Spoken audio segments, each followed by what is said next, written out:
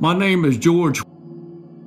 I graduated from school in Raleigh, North Carolina in 1961. After graduating from Needham Broughton High School in 1961, I went to work for Norfolk Southern Railroad in Raleigh. And I worked for Norfolk Southern approximately 5 years before I got cut off.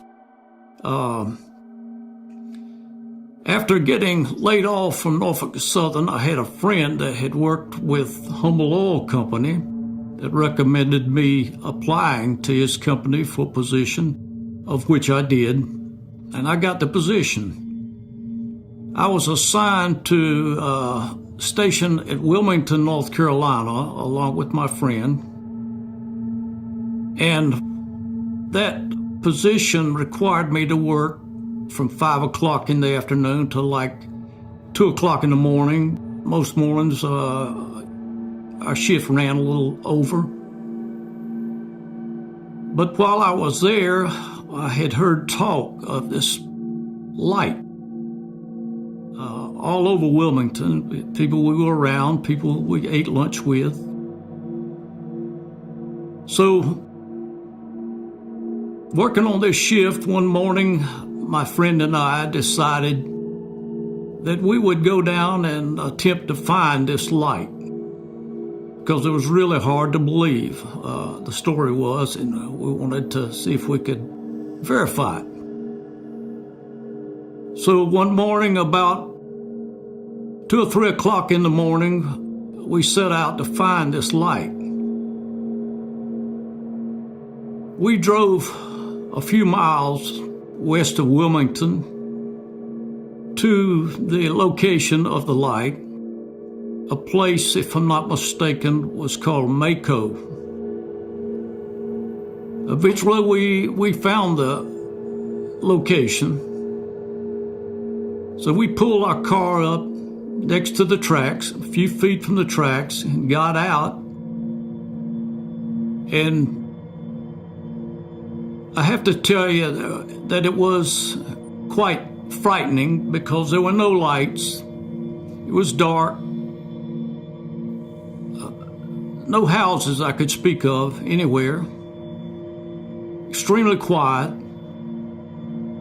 After about 10 to 15 minutes,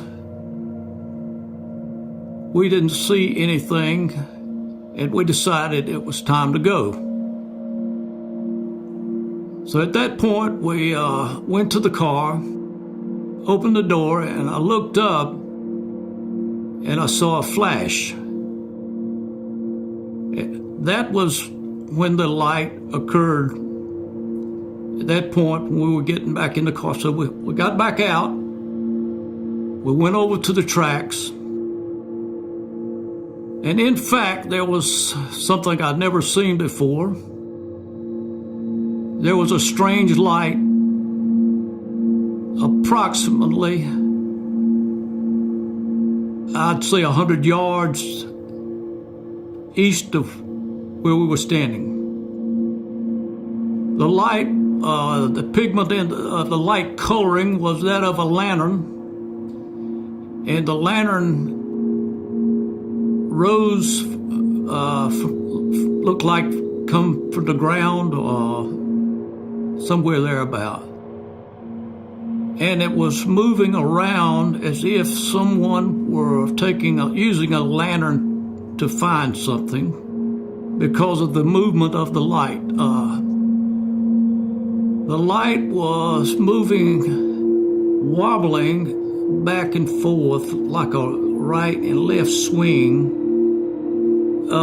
and turning around it. And in turning around, there were times when the light would glare back out of the railroad track, extremely bright then.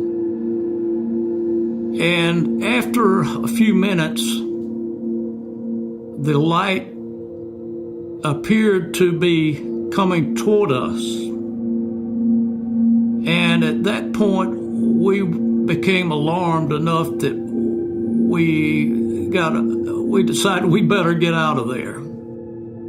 And as it was in fact coming toward us, and when it in the rail, you could tell it. I mean, it was clearer and clearer, I think, for the fact it was coming our way.